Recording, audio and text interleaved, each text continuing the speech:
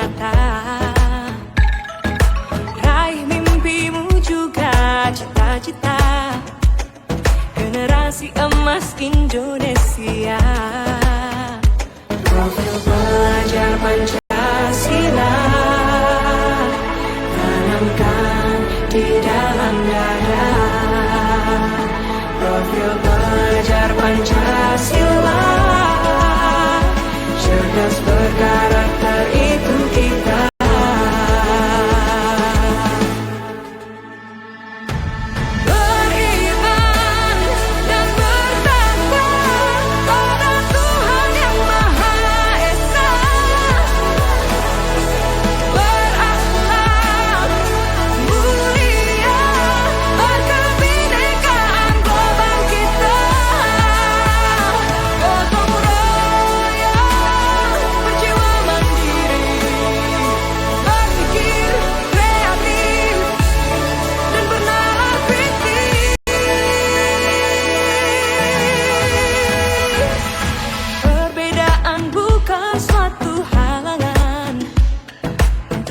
Saling bergandeng tangan.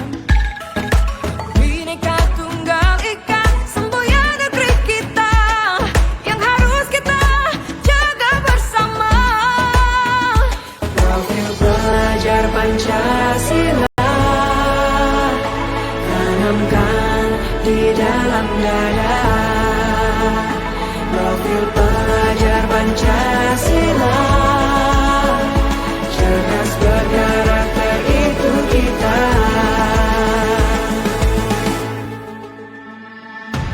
Beriman dan bertakwa pada Tuhan Yang Maha Esa. Berakhlak mulia berkebinekaan global kita. Gotong royong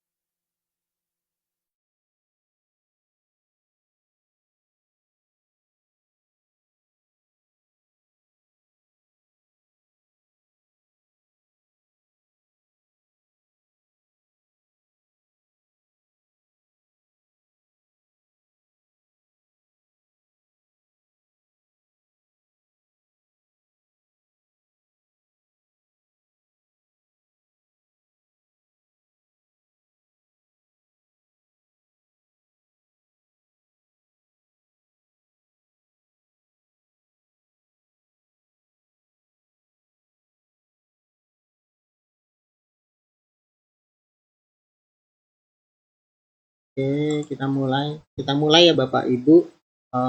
Izin Bapak Ibu mengganggu waktunya malam-malam. Saya izin untuk mempresentasikan terkait dengan tugas diseminasi saya sebagai calon guru penggerak. Izin saya men-share bahan tayangnya Bapak Ibu.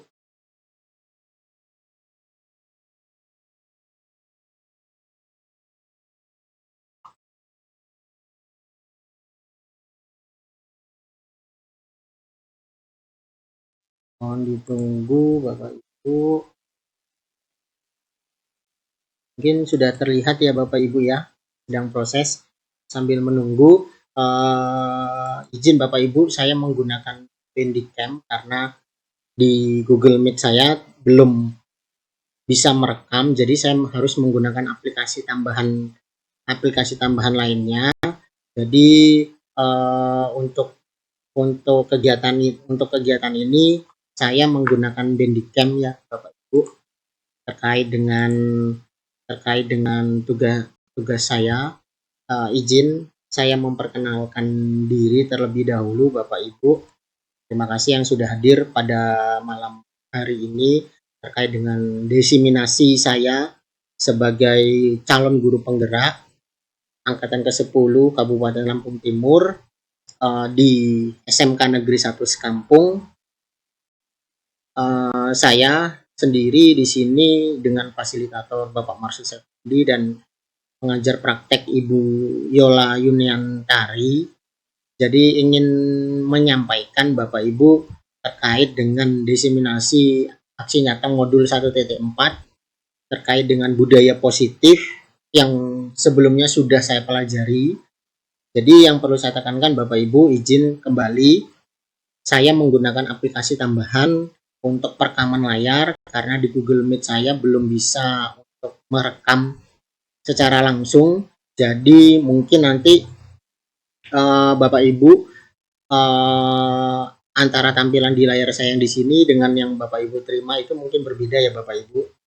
Oke Bapak Ibu, karena saya menggunakan aplikasi Bandicam, jadi segala sesuatu yang ada di sini itu semuanya terekam Bapak Ibu gitu kan. Jadi sebelumnya mohon maaf dan juga harus saya mute juga. Saya harus mute juga karena tumburan speakernya dengan saya tadi sudah mencoba speakernya itu tuh tumburan jadi storing. Jadi izin bukan berarti saya mute. Jadi saya tetap menggunakan aplikasi tambahan, namun suaranya supaya bisa jernih terekam. Baik Bapak Ibu, berikut ini adalah kegiatan aksi nyata modul 1.4 terkait dengan budaya positif Bapak Ibu. Perkenalkan Bapak Ibu, saya Reza Armanda Gusimas Putra, calon guru penggerak angkatan 10 dari SMK Negeri 1 Sekampung. Bapak Ibu yang saya hormati, latar belakang saya mendeseminasikan kegiatan hari ini adalah malam ini adalah sekolah sepatutnya itu menjadi tempat yang aman, nyaman dan menyenangkan bagi semua warga sekolah, khususnya murid untuk belajar. Hal ini tentunya sejalan dengan filosofi Ki Hajar Dewantara bahwa pembelajaran di sekolah seharusnya bisa membuat murid memperoleh kebahagiaan yang setinggi-tingginya melalui merdeka belajar. Seorang guru memiliki tugas untuk mendidik sekaligus mengajar murid-murid itu di sekolah. Oleh karena itu, aksi nyata ini saya dapat lakukan adalah untuk menerapkan budaya positif yang diawali dengan perubahan paradigma teori kontrol dan disiplin positif untuk melalui keyakinan kelas, begitu. Nah, adapun hal-hal yang dapat yang melatar belakangi saya dalam kegiatan di hari ini adalah Bapak Ibu, bentar Bapak Ibu,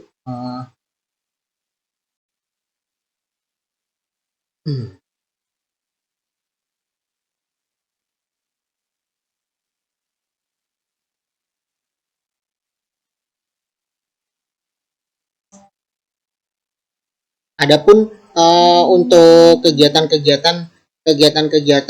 pada hari ini adalah selain diseminasi kegiatan budaya positif ini, saya akan memperkenalkan bagaimana budaya positif itu harus ditunjukkan di sekolah begitu, karena memang budaya positif ini yang saya pelajari adalah sangat bagus dan sangat membantu kita untuk anak-anak memperoleh keyakinannya dalam belajar sesuai dengan kodrat alam dan kodrat zamannya. Selanjutnya, untuk tujuan aksi nyata saya, yang pertama adalah membangun disiplin positif melalui penerapan budaya positif, menyusun kesepakatan kelas atau keyakinan kelas, menumbuhkan motivasi intrinsik murid untuk disiplin sesuai dengan kesepakatan kelas. Tolak ukur keberhasilan aksi nyata. Yang pertama adalah terbentuknya keyakinan kelas melalui kesepakatan kelas dalam membangun disiplin dirinya. Yang ketiga, siswa mampu menerapkan dan menjalankan keyakinan kelas yang telah diperbuat.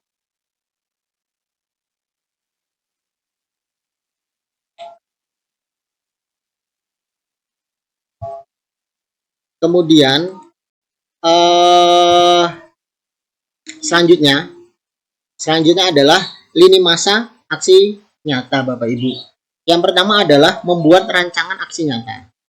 Yang kedua adalah berkoordinasi dengan kepala sekolah untuk mendiseminasikan pentingnya penerapan budaya positif yang ada di sekolah. Yang ketiga, sosialisasi kepada warga sekolah meliputi kepala sekolah, guru, peserta didik, dan tenaga kependidikan terkait dengan budaya positif di sekolah. Selanjutnya yang keempat adalah berkolaborasi dengan wali kelas yang akan dikembangkan menjadi keyakinan kelas masing-masing. Izin Bapak Ibu karena memang azan, kita tunda terlebih dahulu untuk mendengarkan azan ya Bapak Ibu.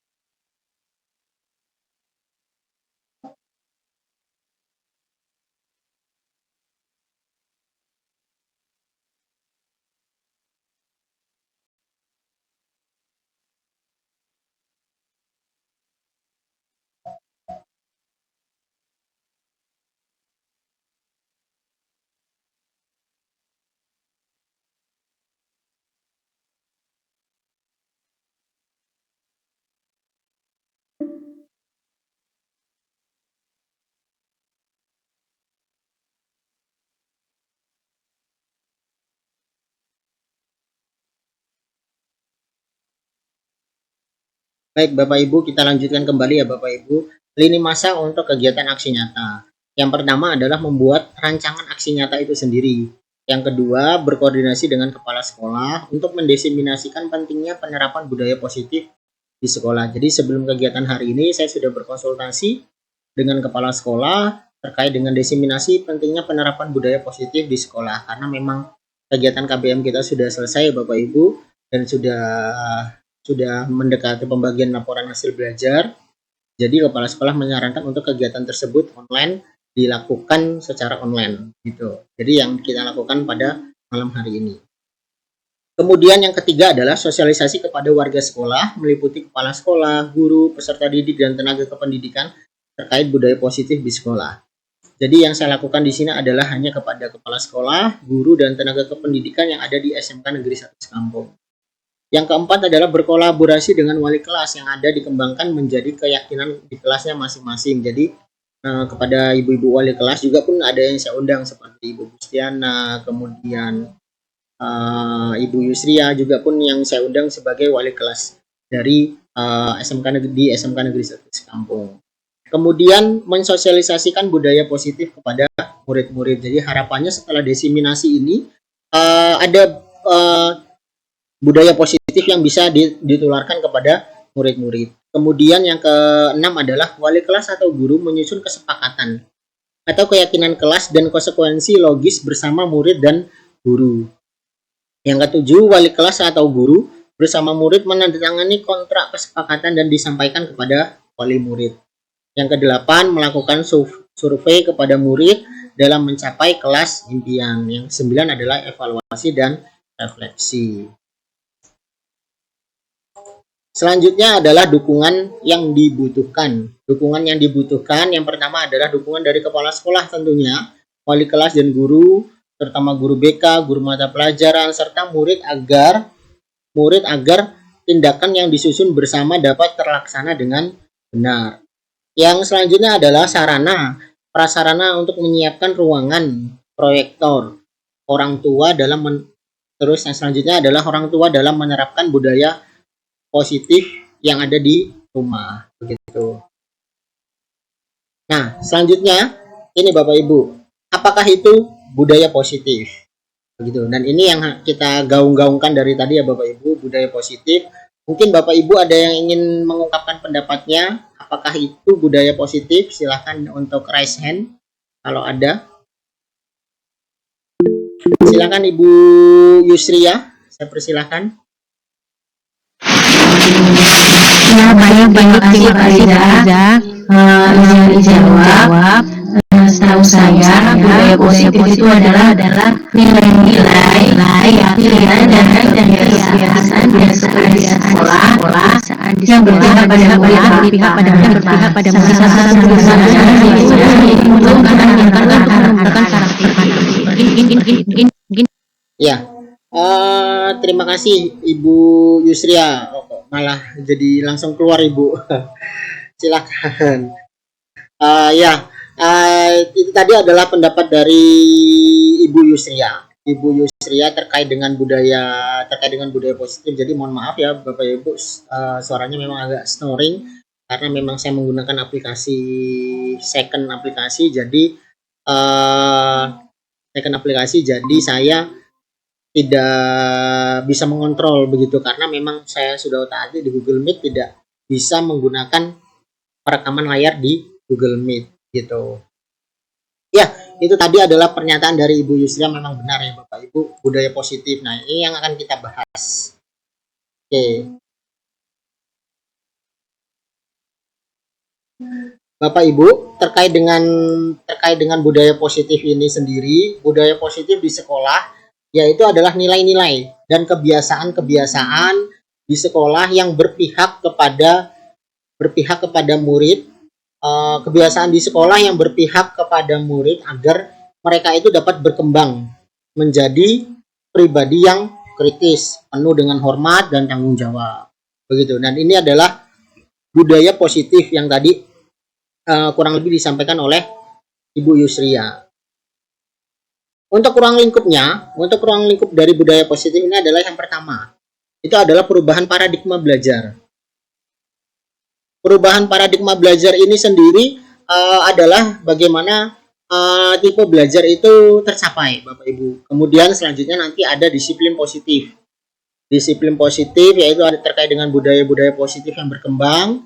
Selanjutnya adalah motivasi perilaku manusia. Motivasi perilaku manusia ini adalah bagaimana manusia itu untuk berperilaku yang baik, yang lebih baik dan lebih memanusiakan manusia dan lebih menguntungkan manusia itu sendiri daripada hal yang merugikan. Selanjutnya adalah keyakinan kelas atau sebuah kepercayaan, trust, ataupun hal-hal yang membuat anak-anak itu menjadi yakin bahwa saya mempunyai kelas ini gitu Bapak Ibu. Kemudian yang terakhir adalah posisi kontrol guru, bagaimana guru itu memposisikan dirinya sebagai kontrol untuk tidak memihak kepada salah satu muridnya. Dan yang terakhir adalah segitiga restitusi yang nanti akan kita bahas Bapak Ibu.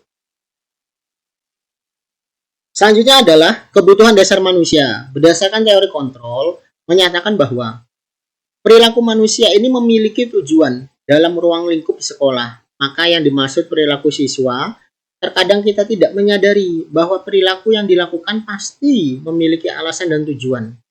Perilaku yang dipahami bahwa ketika siswa melakukan perilaku yang tidak baik, pada saat itu siswa memiliki kebutuhan dasar yang harus kita penuhi. Terdapat 5 kebutuhan dasar Bapak Ibu di dalam manusia. Yang pertama adalah kebutuhan dasar bertahan hidup, tentu ini Bapak Ibu ya, atau survival. Kita hidup untuk bertahan hidup, bertahan dari kelaparan, bertahan untuk kehidupan yang lebih baik, bertahan hidup untuk hal-hal yang lainnya, begitu Bapak Ibu. Yang kedua adalah kebutuhan cinta dan kasih sayang. Kebutuhan cinta, kasih sayang atau penerimaan. Yang ketiga adalah kebutuhan penguasaan atau pengakuan. Yang keempat adalah kebutuhan kebebasan atau kebutuhan pilihan, dan yang terakhir adalah kebutuhan akan kesenangan atau yang biasa kita sebut dengan primary. Selanjutnya adalah motivasi perilaku manusia. Menurut Diana Gessen dalam bukunya Reincarnation School Discipline menyatakan ada 3 alasan motivasi perilaku manusia, yaitu yang pertama adalah untuk menghindari ketidaknyamanan atau hukuman, untuk mendapatkan imbalan atau penghargaan dari orang lain, untuk menjadi orang yang mereka inginkan dan menghargai diri sendiri dengan nilai-nilai yang mereka percaya. Dari ketiga motivasi perilaku manusia dalam mewujudkan disiplin positif yang harus ditanamkan dalam murid-murid adalah motivasi nomor ketiga. Karena memiliki motivasi tersebut, mereka telah memiliki motivasi intrinsik yang berdampak pada adanya hukuman atau hadiah. Mereka akan tetap berperilaku baik dan berlandaskan dengan nilai-nilai kebajikan karena mereka ingin menjadi orang-orang yang menjunjung tinggi nilai-nilai yang mereka hargai. Gitu. Selanjutnya adalah posisi kontrol restitusi. Posisi kontrol restitusi adalah Gessen telah berkesimpulan bahwa terdapat 5 posisi kontrol yang dapat diterapkan sebagai seorang guru. Kelima posisi kontrol tersebut adalah guru sebagai penghukum, pembuat rasa bersalah, teman, pemantau, dan manajer. Nah, sekarang mari kita Bapak Ibu melihatkan penjelasan dari 5 posisi kontrol yang disebutkan oleh Gessen tersebut. Yang pertama adalah penghukum. Seorang penghukum bila menggunakan hukuman fisik ataupun verbal yang biasa dilakukan penghukum, biasanya hanya menghardik, menunjuk, menyakiti ataupun menyindir. Benar ya Bapak Ibu ya. Dampak pada murid untuk seorang yang penghukum adalah perilaku kontrol negatif, seperti murid mengulangi kesalahannya berulang kali, menjadi agresif. Ya, ini yang biasa kita alami ya Bapak Ibu ya. Kemudian yang kedua adalah pembuat merasa bersalah. Pada posisi ini biasanya guru akan bersuara lebih lembut. Yang biasa dilakukan pembuat merasa bersalah biasanya berceramah, menunjukkan kekecewaan mendalam. Dampak pada murid dari seseorang pembuat merasa bersalah adalah murid yang merasa rendah dan mereka gagal untuk tidak berharga. Yang ketiga adalah teman guru pada posisi sebagai teman tidak akan menyakiti murid, namun selalu berupaya mengontrol murid menjadi pendekatan persuasif. Yang biasa dilakukan posisi sebagai teman adalah membuat alasan-alasan untuk murid-muridnya. Dampak pada murid adalah murid akan tergantung tidak mandiri, tidak bisa memutuskan keputusan sendiri karena sifatnya adalah kita sebagai temannya gitu Bapak Ibu. Pemantau guru dalam posisi biasanya selalu mengawasi dan memantau muridnya yang berpatokan pada catatan atau kesempatan yang sudah disetujui. Yang biasa dilakukan sebagai posisi pemantau yaitu adalah memantau, menghitung dan mengukur kedisiplinan murid. Dampak bagi murid dari posisi kontrol yaitu menitik beratkan kepada dampak pada dirinya sendiri. Dan yang terakhir adalah manajer. Seorang manajer telah memiliki keterampilan di posisi teman maupun pemantau, dan dengan demikian bisa jadi di waktu-waktu tertentu kembali sebagai kedua posisi tersebut bila diperlukan. Guru pada posisi ini biasanya di mana guru berbuat sesuatu bersamaan dengan murid, mempersilahkan murid mempertanggungjawabkan perilakunya, mendukung murid agar dapat menemukan solusi atas permasalahannya sendiri. Yang dilakukan guru pada posisi manajer biasanya mengajukan pertanyaan-pertanyaan terkait dengan nilai kebajikan yang telah diyakininya, atau pertanyaan yang terkait dengan solusi yang ditempuh berkaitan dengan pelanggaran tata tertib. Dan ini yang biasanya yang akan kita lakukan Bapak Ibu. Selanjutnya adalah posisi kontrol restitusi. Dari kelima posisi kontrol tersebut, kita menginginkan murid-murid itu kedepannya sebagai apa Bapak Ibu? Manusia yang merdeka, mandiri, dan bertanggung jawab. Tumbuh motivasi intrinsik dalam diri mereka itu sendiri. Karena kita perlu mereka itu restitusi untuk dapat mengarahkan dan menjadikan murid kita seorang manajer bagi dirinya sendiri. Di dalam posisi kontrol manajer, murid adalah oleh seorang guru diajak untuk mengevaluasi bagaimana menjadi diri yang lebih baik, menganalisis kebutuhan dirinya, dan menganalisis kebutuhan orang lain. Di sini menekankan bukan pada kemampuan memberikan konsekuensi kepada murid, tetapi guru juga dapat berkolaborasi dengan murid sebagaimana memperbaiki kesalahan yang ada. Dan selanjutnya adalah keyakinan kelas Bapak Ibu. Dan ini adalah yang kita harapkan nanti goalnya Bapak Ibu. Dalam tindakan atau perilaku yang kita lakukan di dalam kelas dapat menentukan terciptanya sebuah lingkungan positif. Perilaku warga kelas tersebut menjadi sebuah kebiasaan yang akhirnya membentuk sebuah budaya positif dalam mewujudkan perilaku warga sekolah. Yang memiliki budaya, hal pertama yang perlu diciptakan dan disepakati adalah membuat keyakinan-keyakinan ataupun prinsip dasar bersama di antara para warga untuk mendapatkan nilai-nilai kebajikan yang disepakati bersama.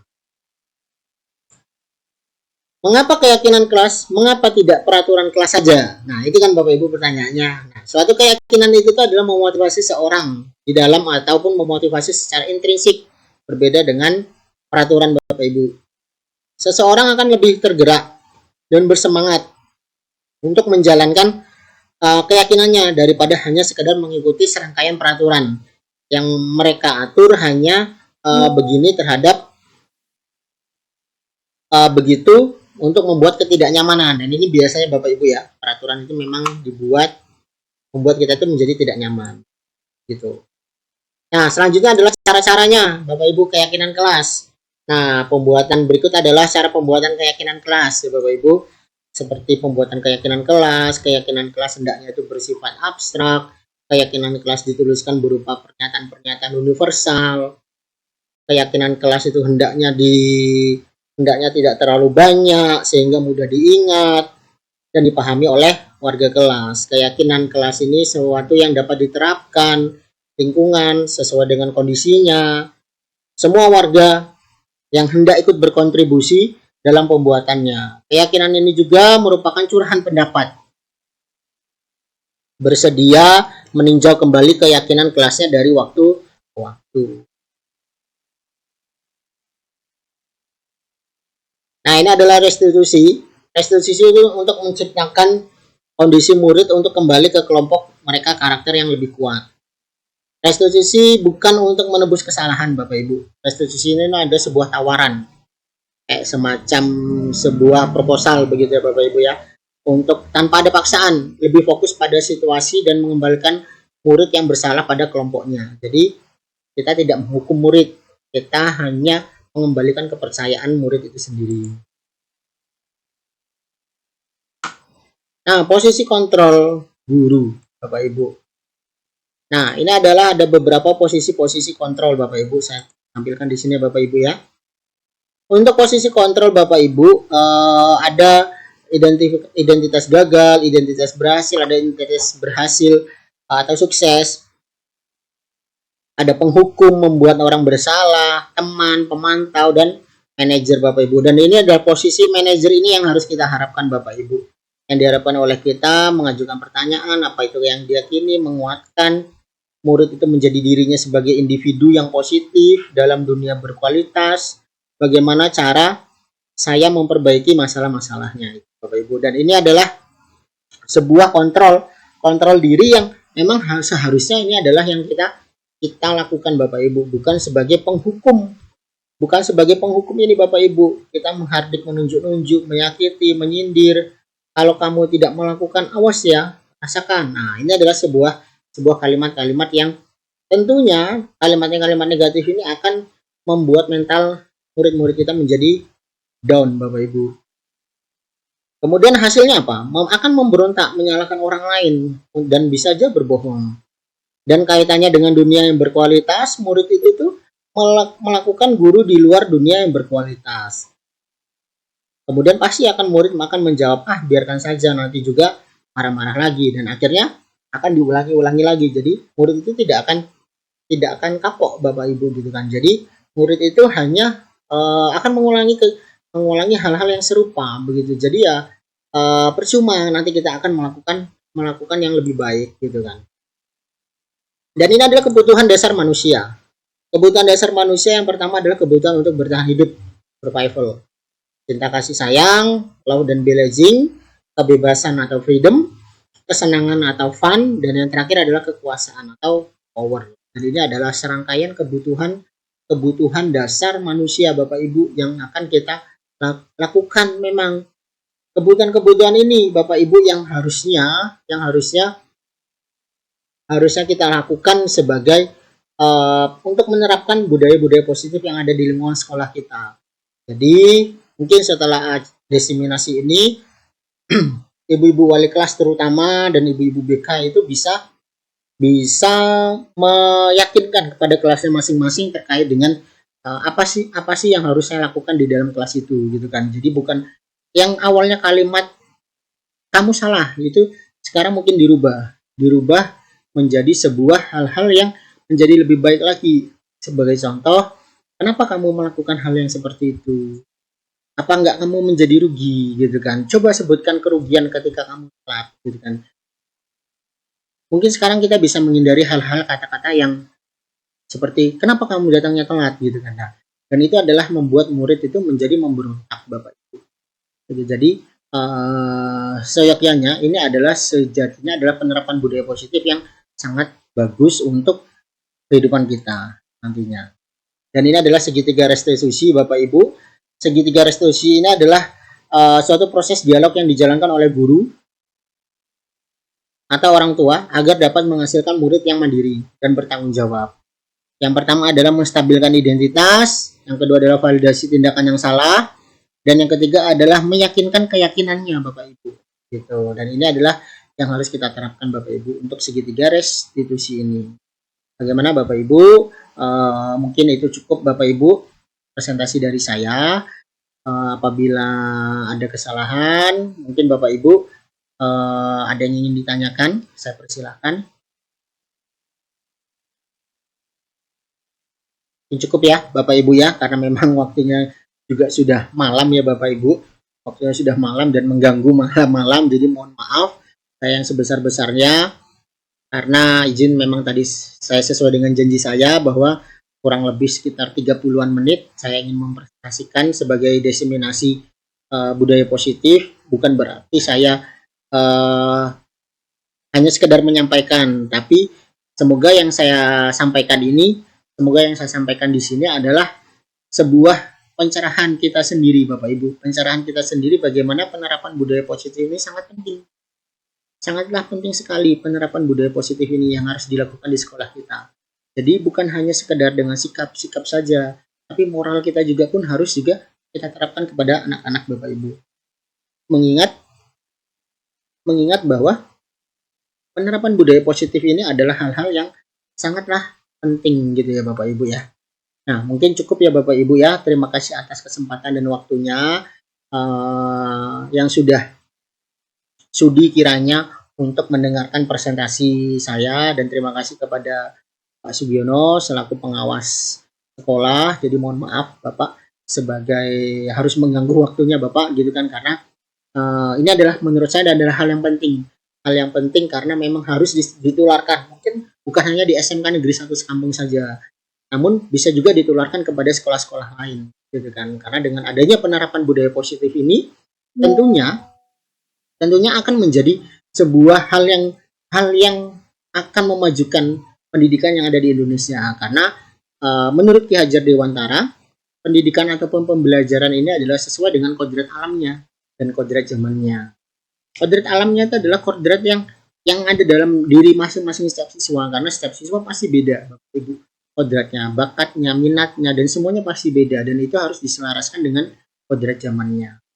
Dan itulah semoga tujuan pembelajaran yang diharapkan dari Ki Hajar Dewantara dapat kita implementasikan dalam pembelajaran kurikulum Merdeka Belajar. Gitu. Mungkin cukup sekian ya Bapak Ibu ya. Mohon maaf sekali lagi mengganggu waktunya malam-malam terkait dengan diseminasi segitiga restitusi budaya positif ini. Saya Reza Armanda Gusti Mas Putra pribadi mohon maaf dan mengucapkan terima kasih yang sebesar-besarnya karena sudi kiranya Bapak Ibu sudah meluangkan waktu yang diberikan gitu. Mungkin cukup Bapak Ibu. Saya akhiri assalamualaikum warahmatullahi wabarakatuh.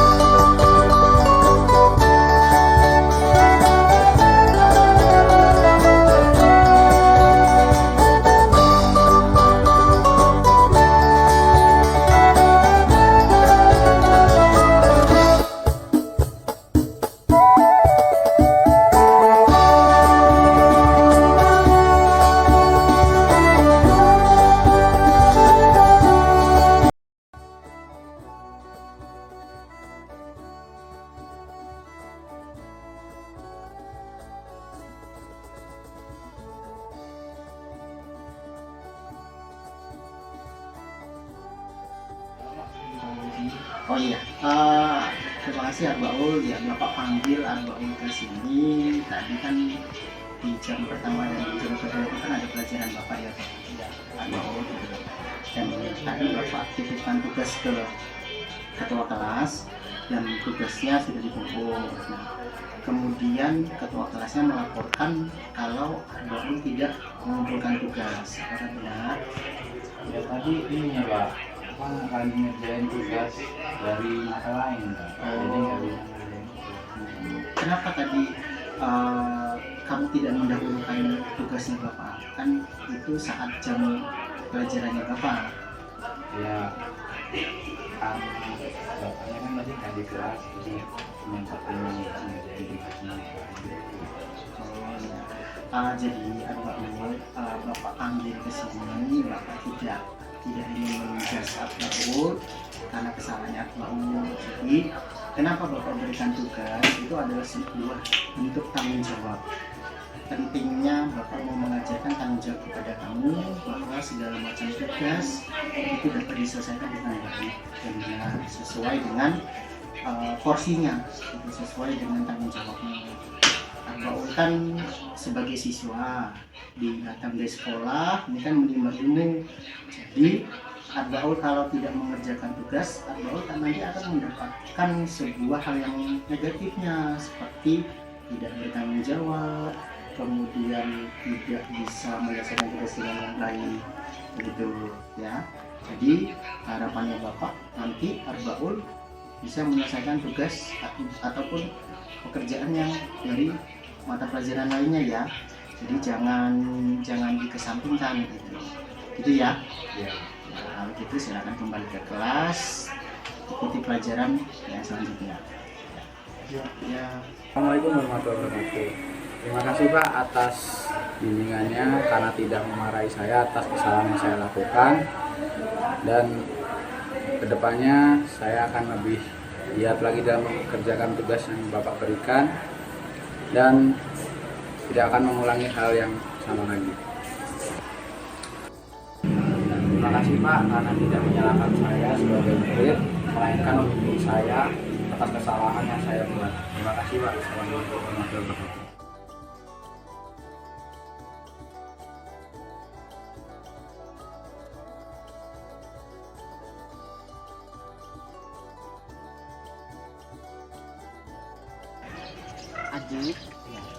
Adik, Bapak lihat kayaknya kamu terlambat terkunci di depan gerbang ya. Kenapa Adik? Karena saya punya siang. Adik, kan kita tahu ya di SMK itu jam 7.20 kan gerbang sudah kita tutup ya. Jadi kita tadi terlambat. Kenapa tadi dihukum sama pihak prinsipal? Karena ini sebagai sebuah punishment. Untuk kedepannya, kalau Adit terlambat bangunnya kesiangan, Adit bisa bangun lebih awal lagi. Kalau Adit kesiangan, jadinya kan nggak ngikut pelajaran yang pertama kan, jadi Adit rugi. Jadi untuk minggu depan, untuk hari besok, Adit bisa bangun lebih pagi lagi supaya tidak terlambat. Nah, jadi Adit nggak perlu lagi harus terkunci lagi di depan gerbang. Jadi ya bisa dirubah untuk hari selanjutnya. Ya kalau gitu silakan Adit ke kelas untuk kembali belajar ya. Assalamualaikum warahmatullahi wabarakatuh. Ini feedback dari saya untuk Pak Rizal. Saya mengucapkan terima kasih atas pengajarannya kemarin, dan saya tidak disalahkan, tapi Pak Reza memberi bimbingan atas kesalahan saya kemarin. Terima kasih. Assalamualaikum warahmatullahi wabarakatuh.